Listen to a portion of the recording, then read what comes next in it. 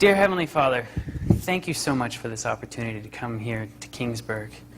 And I just ask that you send your Holy Spirit to speak your words through me tonight as we discuss this very intricate topic of worship. And Lord, be with each and every person in this room as they are maybe hearing this for the very first time, and just speak your words to them that you want to use me as your tool. I love you, Lord. Amen. So let me ask a question. Why do we worship? You ever sat there and thought about that? Why do we all have this deep desire and this deep need to worship something, somebody? God put that in each and every one of us. We know that the entire war in heaven started because of worship. We know that as the end of the world draws near, the end struggle will be over worship. So it's an extremely important topic to understand. What is worship? Is there a right way to worship? Is there a wrong way to worship? If you look at Matthew 4:10, this is Christ speaking to Satan himself when he came down to tempt him. And then Jesus said unto him, Get thee hence, Satan, for it is written, Thou shalt worship the Lord thy God, and him only shalt thou serve. So coming out of the mouth of Jesus himself, he is saying that God is the only one that we should be worshiping. And also Jesus speaking to the woman at the well, he says, But the hour cometh, and now is, when true worshipers shall worship the Father in spirit and in truth. For the Father seeketh such to worship him. For God is a spirit, and they that worship him must worship him in spirit and in truth. So what this is telling me is that there is a right way to worship God, and there is a wrong way to worship God. Satan has been trying to manipulate our forms of worship. But what does it mean, that spirit, that non-physical part of our human characteristics, our emotions, the soul? So you see, what is the only thing that you're taking to heaven with you? Does anybody know? Your character. And it's made up of two things. Do you know what two things your character is actually made up of? Your thoughts and your feelings. That's it. Your thoughts and your feelings. And what do movies mess with? Your thoughts and your feelings. So it's really important to understand, in this whole realm of worship, we're dealing with our characteristics, our souls. If you look at Cain and Abel here, Cain thought he was worshiping God. Remember, he built the altar to worship God, but he said, God, I'm going to actually worship you in my own way. I'm going to put my fruits and vegetables and the labors that I have because I want to worship you like this. And what was the result of that? God was displeased with his form of worship, and Cain became angry and murdered his brother Abel. If you look at the children of Israel, when they came out of Egypt, and they were so in need of worshiping something, and here Moses had gone up into the mountain, and he had been away from them for not even 30 days, and God had done all these amazing things for them, and they had this need to just worship something. They begged Aaron, they said, give us something to worship. So here they built this calf and entered into a false system of worship. And when Moses came down, he broke the 10 Commandments, and as a result, a lot of Israelites fell into that apostasy. Balaam and his donkey, if you remember what happened right at this story, remember, the Israelites had been traveling around for 40 years, wandering in the wilderness, and they had just come out of the wilderness, and they were standing in between the promised land or at the River Jordan.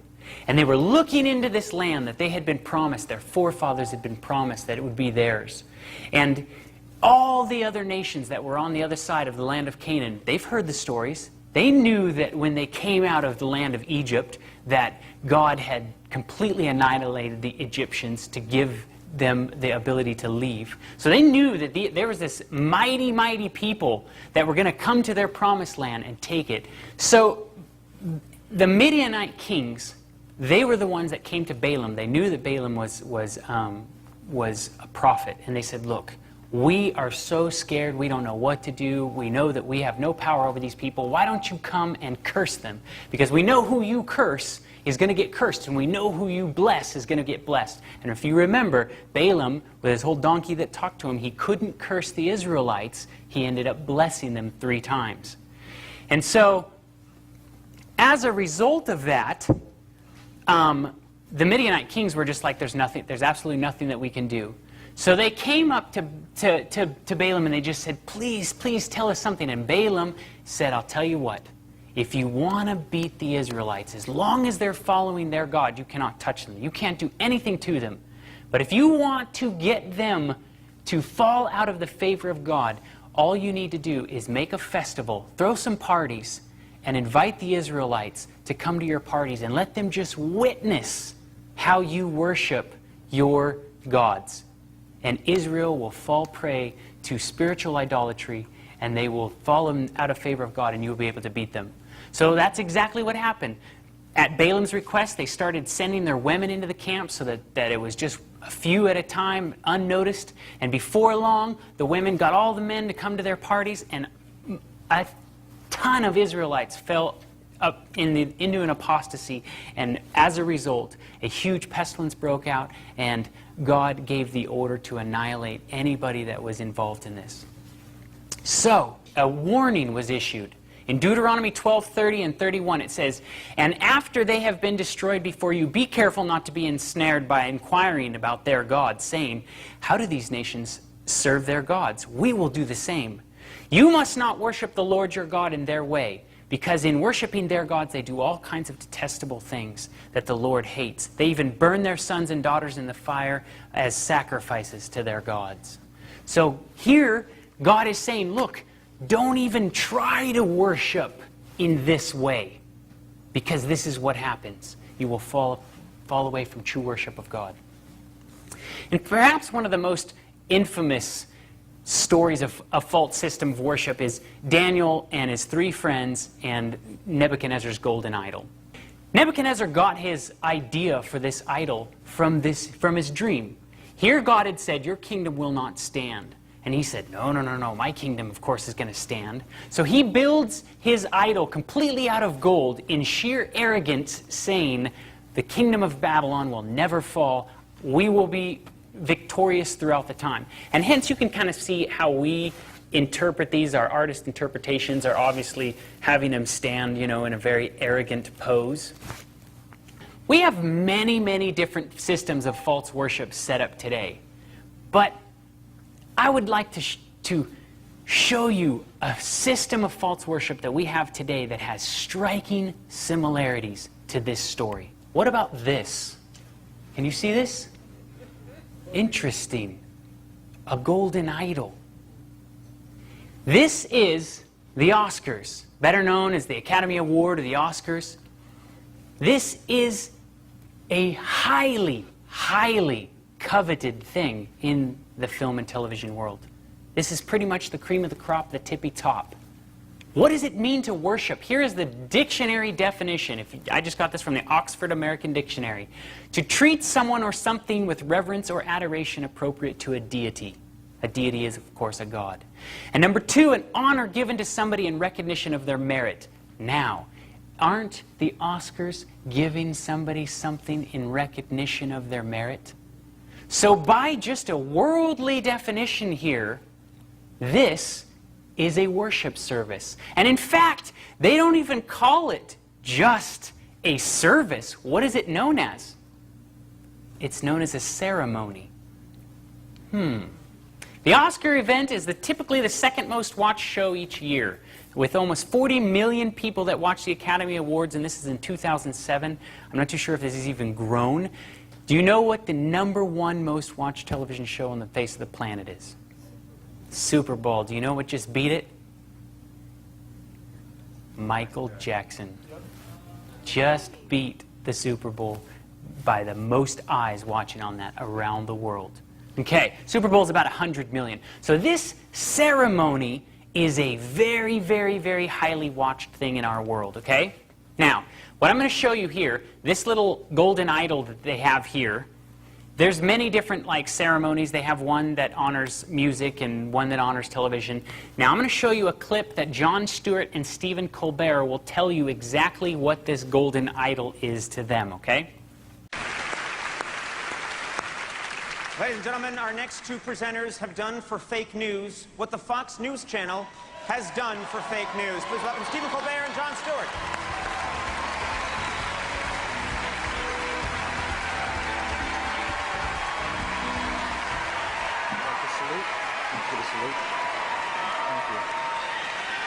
Thank you.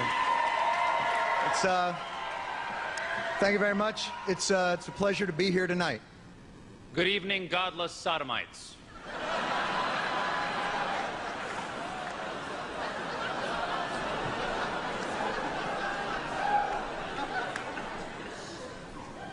What are you doing? I'm bringing the truth, John. We're in Hollywood, the belly of the beast. You can't just read the prompter? I'm reading the prompter in here. You can read that pablum. Award show banter is not pablum. Reality television celebrates the human condition.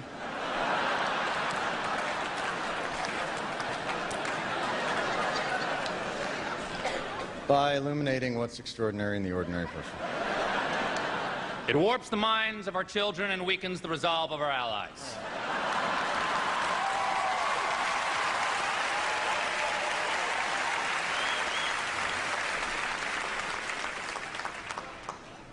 The results are often dramatic and always unexpected. We're here to honor achievement in that category. By giving you a golden idol to worship. Kneel before your God, Babylon! During one of the most highly watched shows in the world. Kneel before your God, Babylon. And you know, they're obviously making a joke about it. Actors absolutely hate the reality world. It's taking a big chunk of their pie. But there's truth in every joke. It would not be funny if it wasn't, in a sense, true. So, I started to look into this thing called the Oscars, right? Oscar, where the name comes from, it's Scandinavian and Old English. Could you take a wild guess what the word Oscar means? Divine strength, divine spear. So, divine, of course, is from, of, or like a god, and a spear, of course, is a weapon. Is it possible that they are using these high-profile celebrities as godlike weapons against us? Is that possible? In fact, does anybody know what this building is right here? No, but close. This building is called the Shrine, and it is where the Oscars was held until 1999. Okay? The Shrine, the ceremony, all the lingo's all there. The Shrine was founded by these two guys, William Florence and Walter Fleming. They are Scottish Rite Freemasons. Okay? High-ranking 33rd degree Freemasons. In fact, Hollywood has long time been involved in Masonic things. Here, Gene Autry, John Wayne, Nat King Cole, Duke Ellington, Cecil DeMille, Clark Gable, Walt Disney. These guys were all involved in the Masonic secret societies and things. For those of you out there that don't know what Freemasonry is, it's a group, a club, so to say, of people. They call it a secret society. There's many different levels that you get involved in. You climb the ranks, and as you kind of complete the different tasks, you get farther and farther up the ladder.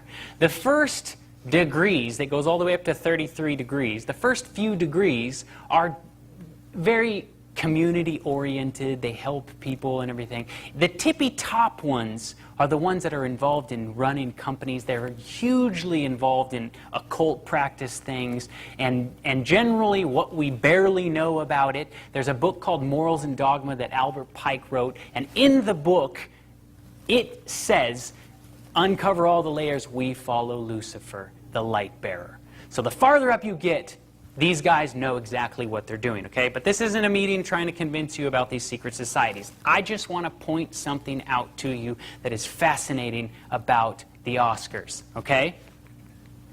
Oh yeah, these guys too. 3 of the most prominent guys from 20th Century Fox, Warner Brothers, and Metro-Goldwyn-Mayer, all 33rd degree Freemasons. This is called, if you guys can see this really well, this is called, the picture on the right, yes, you're right, is called a Masonic tracing board. What it is a teaching tool that they use to teach the first, second, and third degree Freemasons that are coming into Freemasonry how to spot things that are Freemason. So they hide things in there. Notice there's a ladder. Notice there's a checkered floor. There's a sun that's beaming light onto a greater sun and everything. There's various different elements of sun worship that are in it. This is called the Sun Man right here. If you really peel back the layers and study it, they've incorporated lots of sun worship into their things, okay? So this model picture is for somebody that's involved in Freemason. Will be able to look at it and go, this is Freemasonry, okay? This is inside of the shrine. This is what it looks like if you look at the ceiling. You can always pick out Freemasonry things because there's huge sun motifs in it. You see the sun motif in the ceiling? Here's kind of a little bit better of a picture of it. Now this is a clip where he won for the Life is Beautiful. Roberto!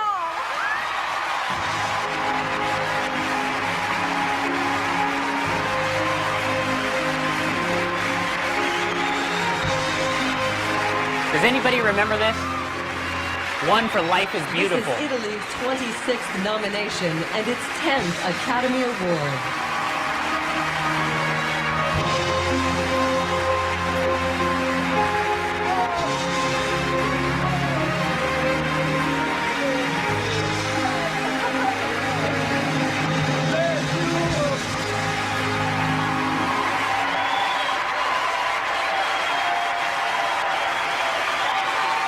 Pause. This is in the shrine. This is in a Freemason building. This is the very last time that this has been held in this building till they moved it to the Kodak Theater, okay? This is a Masonic tracing board. Notice any similarities? Do you see the checkered floor? Do you see the archway? Do you see the sun? Do you see on the stage the sun beaming down onto an altar-looking thing? This is high-ranking Freemasonry that is literally stamping this, saying, we own this. This is us. So they moved to the Kodak Theater. This is the Kodak Theater right here. Notice the checkered floor. Notice the sun motif. It gets even more interesting. This right here on the left is called the Gate of Ishtar. It is the gate to Babylon. This picture up here on the top is Isis and Horus. These are Egyptian gods. Peel back the layers. They are sun worship. So sun worship is very much incorporated. In fact, I used to live right near here in Hollywood. If you look through that middle tower where all those people are standing on there, my apartment building that I lived on was right there to the right. And I watched this whole thing being built.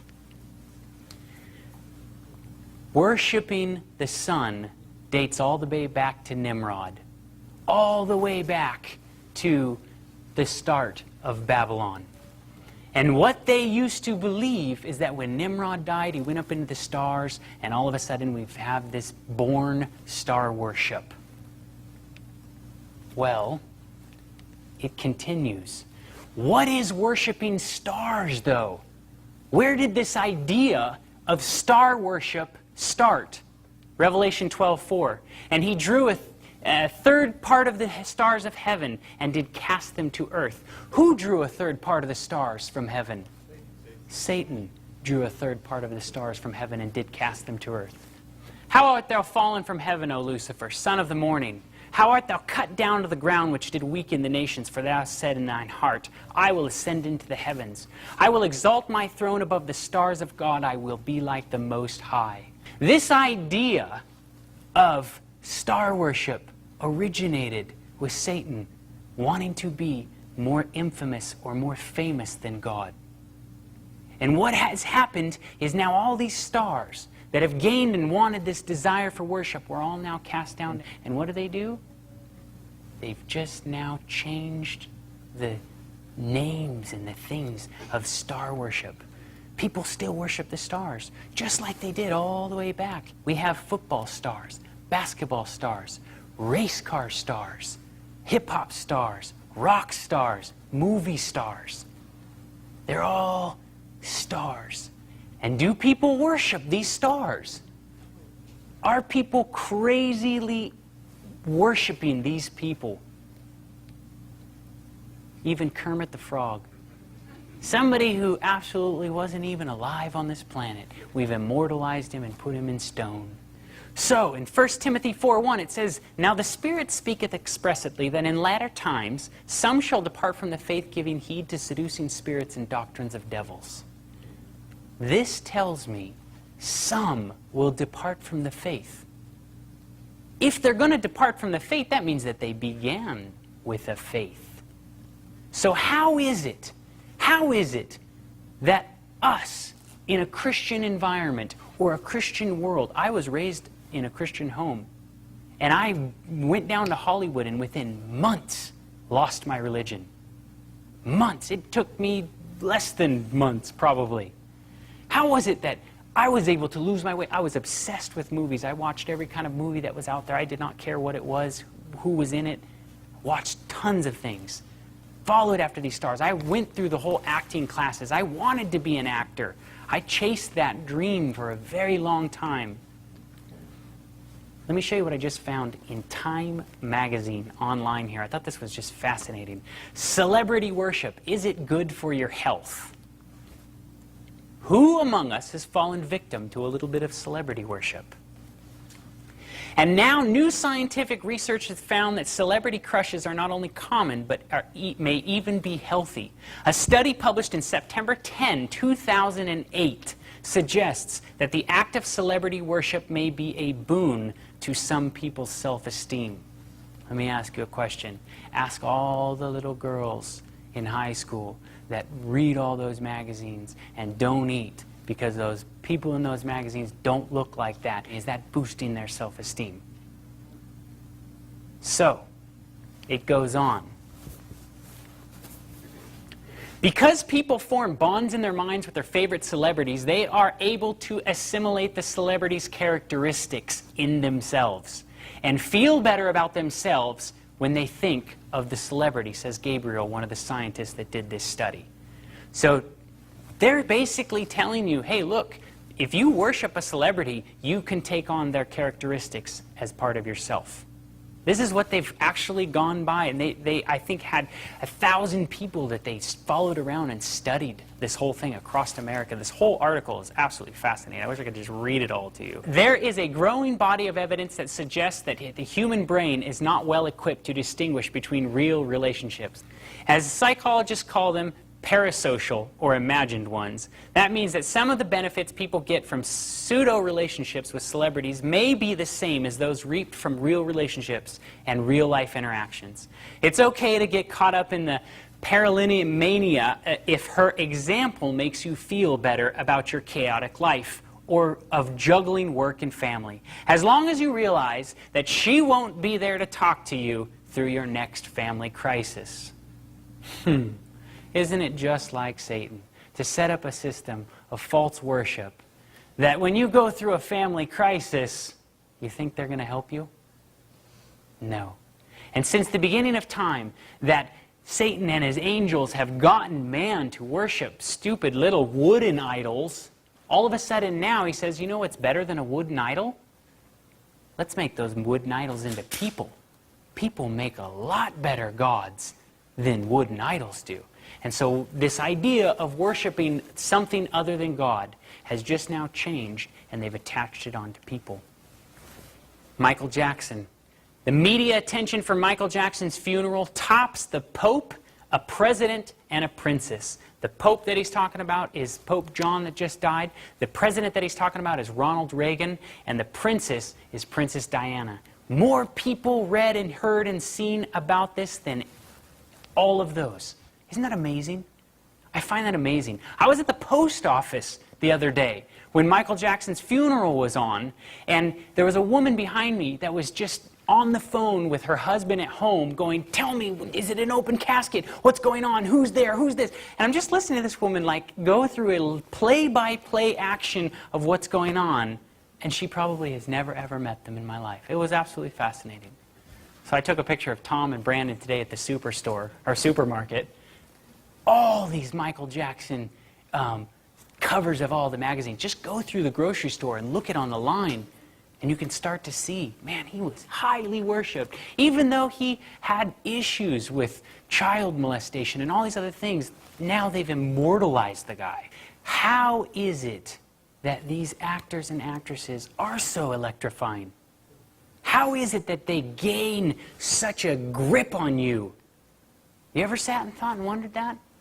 How are so many of Hollywood's most famous actors and actresses able to be so amazingly effective and convincing in their performances? That guy was so electrifying that it came through the television. How is it that they can move us to laughter, tears, or anger at the drop of a hat? Are they truly gifted with natural talent, as many suggest? You see this and you're dazzled by their talent. Do they possess a creative streak of genius that is unknown to most men? Or unknown to most men, are they in fact possessed? Is it possible that these actors and actresses are possessed by demonic spirits who have a specific agenda to fulfill? Oscar award-winning actor Denzel Washington told 60 Minutes exactly how he brings forth his best performances. Basically what I did was got on my knees and sort of communicated with the spirits. And when I came out, I was in charge. Powerful scene. Powerful scene. I couldn't have acted that. I couldn't have written that down and made a decision to play that. What, are you gonna smoke that? Nope, you are. Hell if I am. You're Jesus freak. You're Jesus freak. The one-woman entertainment empire known as Oprah has strong affiliations with the demonic realm. The most familiar face on television says, "You can not only use your body and physical self. This is how I see acting. I ask my body to be the carrier for the spirits of those who have come before me in a way that is most meaningful to the character. Just become the vehicle for that character." calling out for these entities to take her over so that she may become a sparkling puppet. Oprah admits of her work before the camera. I tried to empty myself and let the spirit inhabit me. With her global influence, her shows have become a smorgasbord for the New Age agenda. A lot of actors who don't mention their names, of course, are very much into this. Magic only exists if you allow it, if you open yourself up to the possibility. And here, like Denzel Washington says, wow, I got down on my hands and knees and I prayed to the Spirit, and when I got up, I was in charge. I couldn't have written that down. When I took acting classes, they taught me, you need to live, breathe, eat, sleep, acting, and you become that character. You invite that character into you. This is a very, very interesting world that these actors and actresses have involved themselves into. There is a man named Aleister Crowley. He is known as the most evil man of the 20th century. If you peel back the layers of most music and movies, he is hugely influential into writers and actors, and he was highly involved into the occult. He was known as like this horrible, like satanic priest. The BBC did a wonderful documentary on this guy if you ever want to see it, and it's not a Christian perspective. They called it The Most Evil Man, and you can watch it on YouTube. It's absolutely phenomenal what this guy was into. He wrote a book called Magic in Practice and Theory, where he outlined one of the best ways to become possessed by a demonic spirit. There are 3 main methods for invoking any deity. The third method is the dramatic, perhaps the most attractive of all. Certainly it is to the artist's temperament, for it appeals to his imagination through his aesthetic sense. So he's saying if you want to become possessed, acting is a great way to possess yourself with a different spirit, is what he's saying. Here's what Socrates has to say on acting. In like manner, the muse, first of all, inspires men herself. The muse is the spirit, if you will, that inspires you to be an actor. Because they are inspired and possessed. They are simply inspired to utter that which the muse impels them. For not by art or by knowledge do you say what you say, but by possession. Now, I find what he has to say actually has, in a sense, a weird sense, a lot of spiritual truth to it. Think back on the time that Christ cast out the demon. And what did the demon do? He went away from the house, and he came back to check on the house. And when he found that it was completely clean and in order, but nobody was home, he went out and he grabbed 7 more unclean spirits and came in and possessed his house. Right? So, thinking along those lines, is it possible that you are either possessed by the Spirit of God or by the spirit of Satan? Is it possible, looking at it from a biblical perspective, that if you're not possessed by God, you can have an unclean spirit come into you and bring 7 demons, and they're not knocking on your door asking if they can come in? So let's go through a little bit of movie history here. I'm going to bring you back, way back to the 1920s here, with Rudolph Valentino. Anybody heard of this guy? Yeah, this guy was so famous. This guy was the Brad Pitt of his day. Women flocked to this guy. He was this passionate guy that all of his movies were about getting the girl and making out with them. And he was so famous that wherever he went, there was huge crowds that would gather. They actually had to have police follow the guy around. And it was said that when he would smoke his cigarettes and throw them on the ground, people would dogpile the cigarettes and try to pick them up and bring them home and have a little shrine with them or something. This guy was hugely worshipped, okay? Most of his movies came from his wife here, Natasha. They would actually write together. And this is coming from a book that is all written about Natasha, his wife. Every night, Valentino's wife, Natasha, would hold a seance, calling forth help from the spirit world in her creative undertaking. And then with pencil and paper in hand, she would go into a trance and start writing. It's called automative writing in the occult world. After her outpourings were typed up, they were brought to the set the very next day and given to the director. And this is actually what they would make. So if you watched Valentino's movies, this is where they're coming from. She would have these seances, get possessed, write, and then she'd go give them to the director. Almost overnight, you see, America was built on very deep religious moral values. Overnight, what was considered sinful, sex outside of a marriage, was now starting to be redefined as popular, trendy, and even like exciting. Then Mae West hits the scene. And once again, America is still very deep into religious morality. So here's what Mae West has to contribute. 1930s, motion pictures were one of the mainstays of the Great Depression, and attendance to movie theaters skyrocketed. Hello, folks. I wish we're up here at Mr. Grauman's beautiful theater to see the grand opening of premiere of my new picture, I'm No Angel. Of course, I didn't call it I'm No Angel for nothing. Don't forget, come up and see me sometime. Movie star Mae West was also known as the Queen of Sex and the Statue of Libido. Her work helped to topple the biblical sexual boundaries that were deeply embedded in the people of the early 20th century. She can have a romance with somebody outside of wedlock. I've got another man in my life. It was pretty raw. I don't know how many that makes. It was pretty raunchy for that era. Well, when I'm good, I'm very good. But when I'm bad, I'm better. No star had greater impact in the long run than Mae West.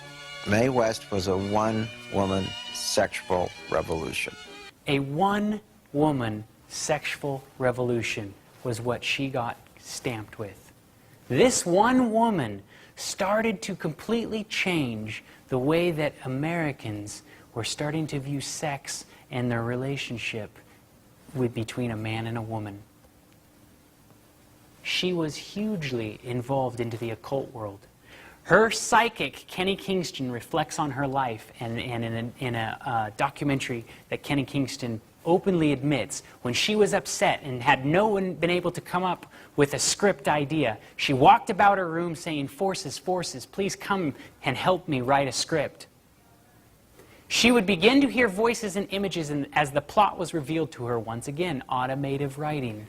Mae would summon stenographers to work with her around the clock, and she would lie in bed in a trance-like state, dictating as the spirits entered her. And if you really think about Mae West's movies, it doesn't take very much stretch to understand I'm No Angel, the sensational Mae West.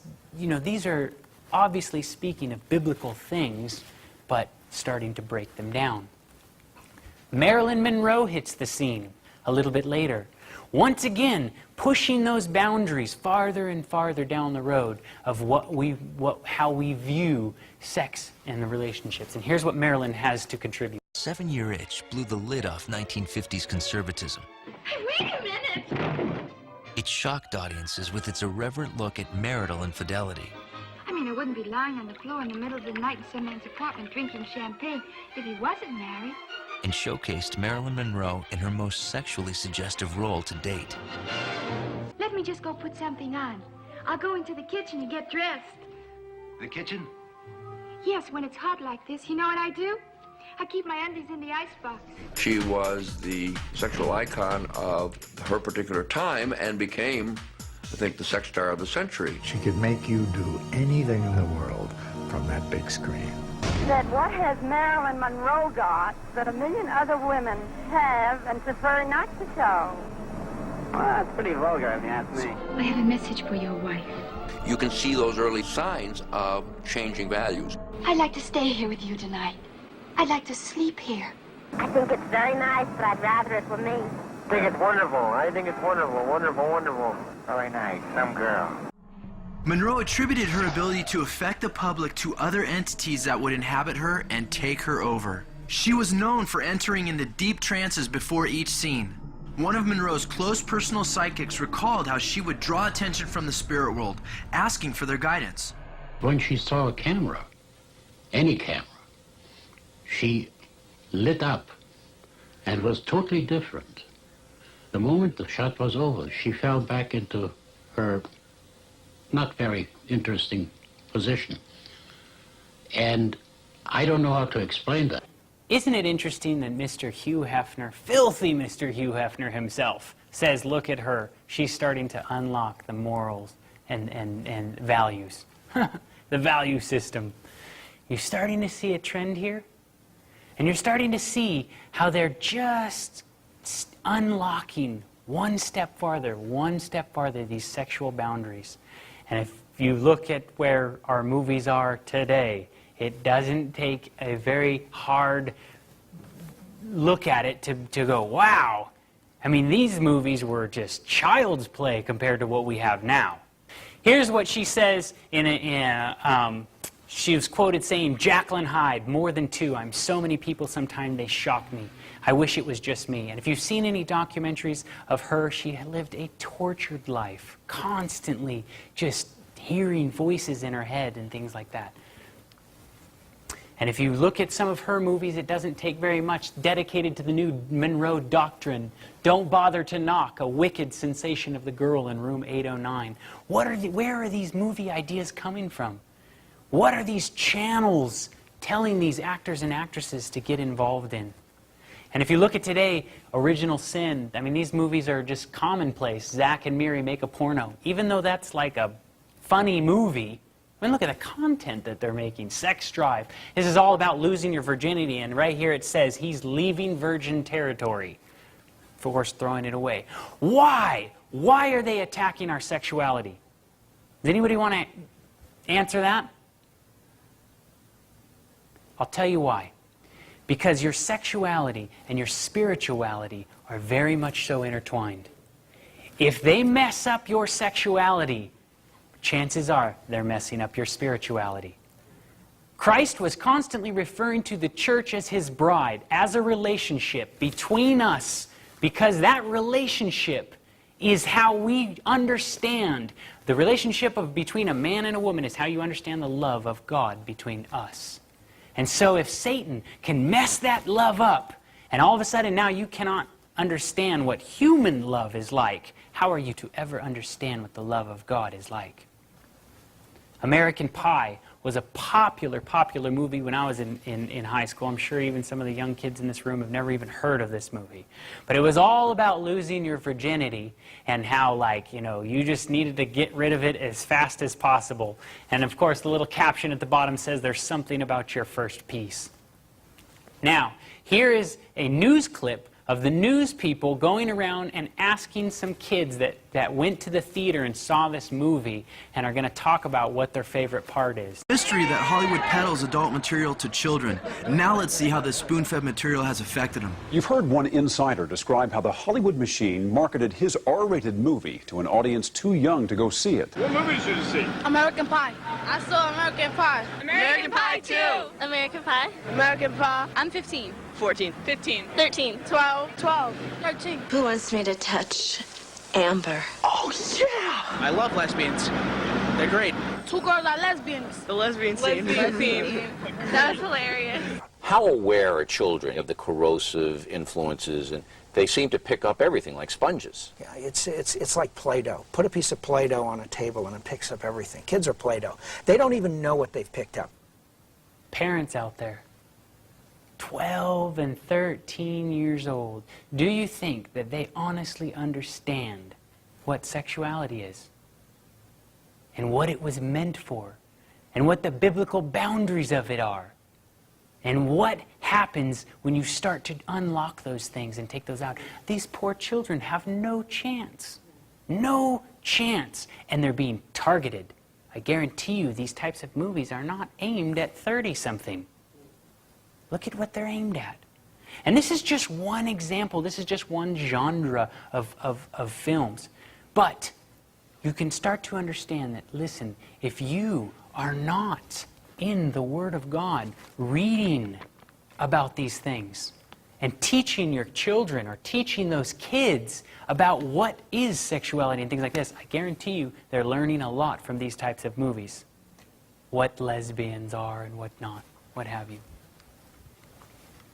I Love Lucy. What could possibly be wrong with I Love Lucy? I love this show. Loved, I should say loved. I watched every single episode. My brother and I, we used to like sit down and watch these. I still chuckle when I see this. But I want to show you something that they're doing in a very subtle and slight way. Remember, Satan's got time. He has time on his hands to simply unlock our moral values, and he can do it very slowly. We don't have the time. He's got the time. Do you remember what one of her most infamous lines was? I'll tell him the truth. Don't you dare! What was she constantly telling him to do, her to do? To lie. And the show was all about a manipulative woman that constantly lied to her friends and families and everybody else around them, all wrapped in laughter. So you watch these kind of things, your guard goes down, and what's a little white lie? Remember, during this time, this may not be detrimental to you, but you unlock that generation, then you unlock one more generation, and you keep going until we are today. Now we have movies that are all about lying and all sorts of things. At this time, Lucille Ball was a very famous big screen actress. It was known as career suicide to go to the little screen. And Lucille Ball actually chose to go to the little screen because of this actress, Carole Lombard, okay? Carole Lombard, it was the spirit of actress Carole Lombard who guided Lucille Ball into taking a chance on television and accepting the offer to star in I Love Lucy.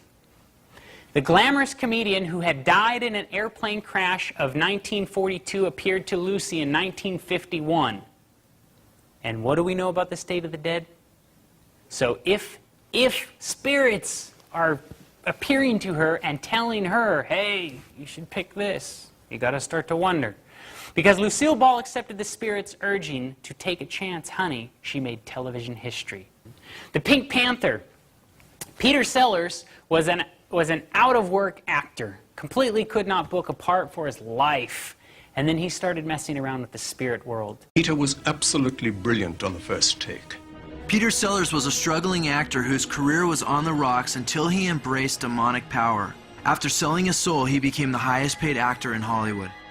The second take, he was even better. With 3 new Pink Panther adventures, all of which attained colossal box office success. Sellers, the has-been, was once again one of the world's highest-paid performers. Listen, Fairy, do you sell beer here too? Among other things, yes. So here's what Peter Sellers has to say about acting. It's rather like being a medium and laying yourself wide open and saying, I want a character to inhabit my body, or I want a spirit to take charge of me so that I can produce what I hope to produce. He was very much so open about his invoking spirits into his life and helping him. In fact, there's a whole documentary that's made. He was a very disturbed man, and it's quite a fascinating documentary. Robin Williams came out in Us Weekly magazine, and somebody asked him, how are you such a brilliant actor? Here's what he answers. Yeah, literally, it's like possession. All of a sudden, you're in. You get all this energy, and it just starts going. But there's also that thing. It is possession. In the olden days, you'd be burned for it, but there is something empowering about it. I mean, it's a place where you are totally. It is Dr. Jekyll and Mr. Hyde, where you can really become this other force. It's an interesting thing to come out and say out into the open. Keanu Reeves is a very complex guy with lots of demons in him. I was trying to tap into him and utilize that, says director Taylor Hackford from The Devil's Advocate. Here's what director Anisco Holland of Total Eclipse says about Leonardo DiCaprio. Leo is like a medium. He opens his body and his mind to receive messages coming from another person's life. Here's what a completely different director says about him, director Baz Luhrmann from Romeo and Juliet. With Leo, you might see 30 people come out of him in a day. Here's what Johnny Depp tells Us magazine. I know I have demons. I'm 30 different people sometimes. And in fact, I just found this in the Los Angeles Times. Heath's creepy performance seems to have summoned up demons that no one thought have imaginable or accessible to him. Imagine that they were accessible to him. So here, I mean, Los Angeles Times, not even saying anything about religion and everything. It's just saying, man, we didn't even think somebody could drum up those kind of demons. It's an interesting statement. And also, I love the script. I love the whole idea of selling your soul to the devil. I'm kind of like, it's very intriguing to me. Do you think that they consider the words that come out of their mouths? I mean, is this a joke?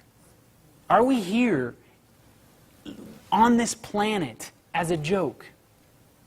Do you think that God is looking down on us going, oh man, they're just playing things where they, you know, go out and sell their soul to the devil, but it's just a movie, just make believe. This is very real to them, and yet these actors and actresses just act like this is an everyday thing. The Watchmen just came out. It was a very popular movie with the younger people. Anybody heard of this movie, Watchmen? Any superheroes?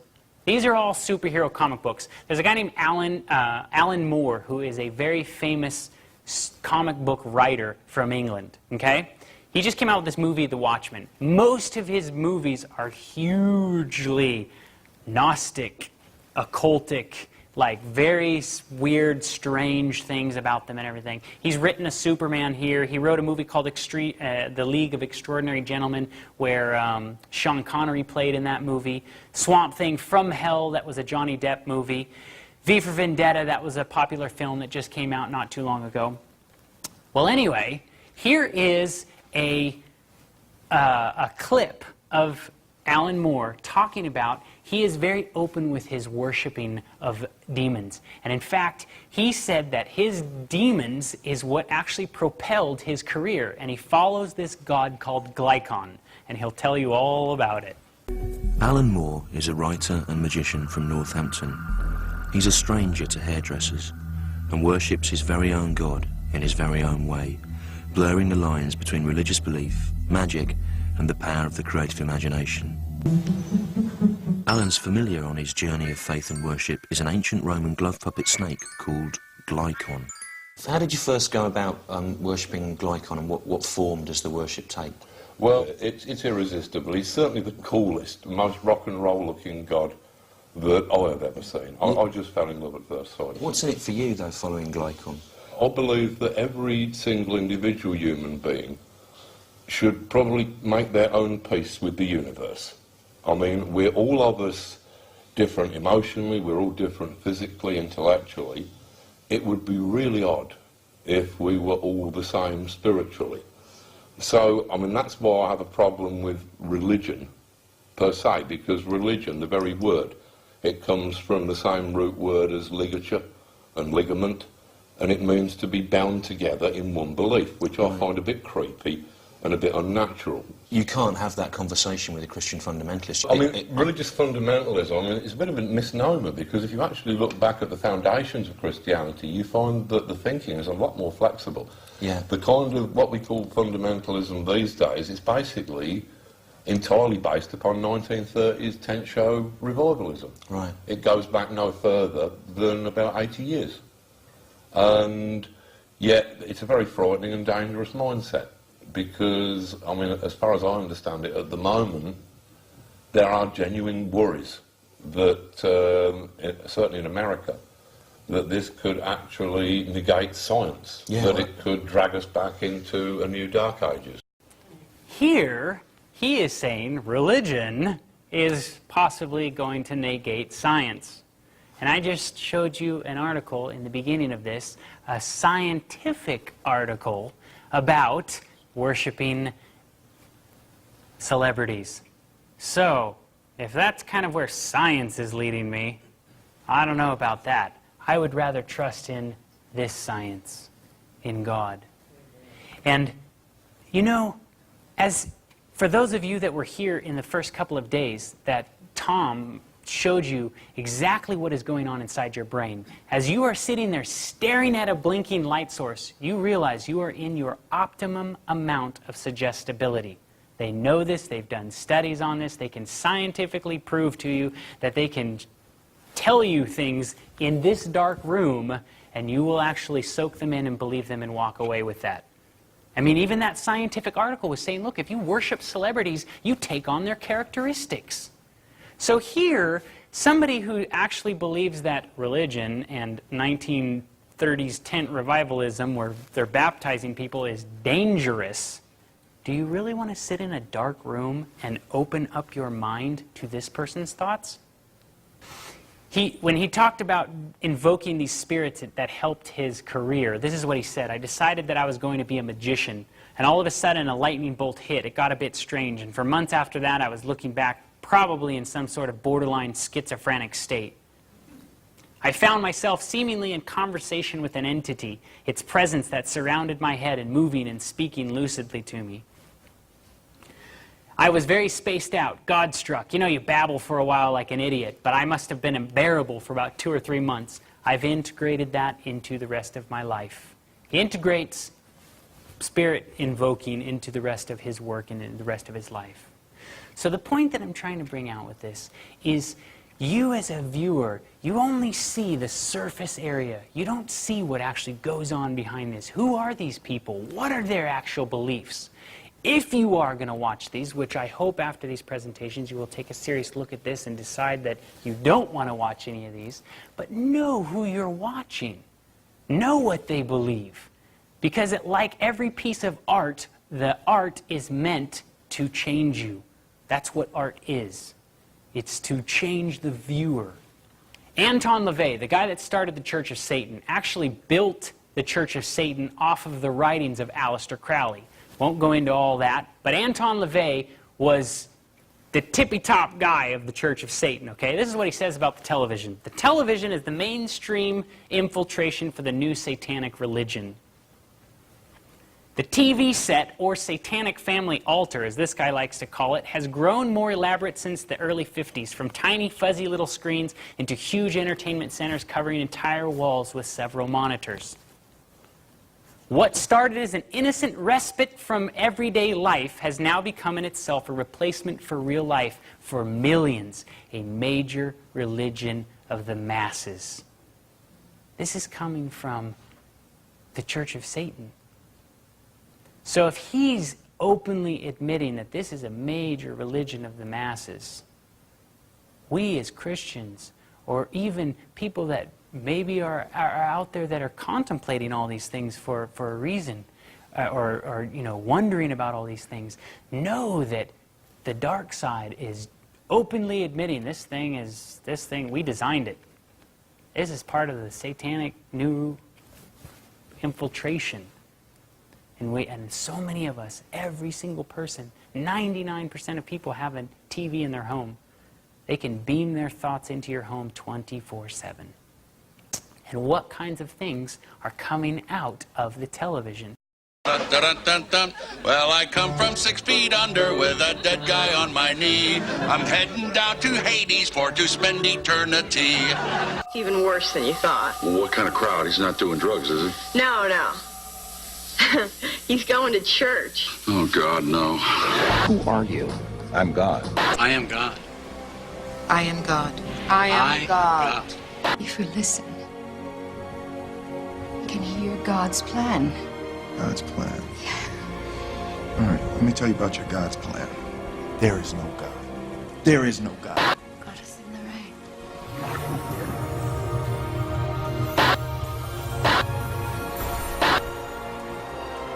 You would die for nothing.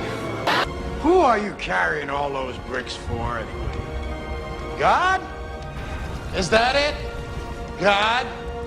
Well, I tell you, let me give you a little inside information about God. He's an absentee landlord. Worship that? Never. Can I ask a question? Did you notice the checkered floor? Did you notice the altar? If you start to look at the sets, you start to see how this is way beyond what we even know. We're scratching the surface. This goes so much deeper than what we can even show you. And, you know, just to sit here and point out, look at all these things, look at all these things. Why are they doing this? The devil is doing his best to mess with who we are worshiping. That's what this is all about.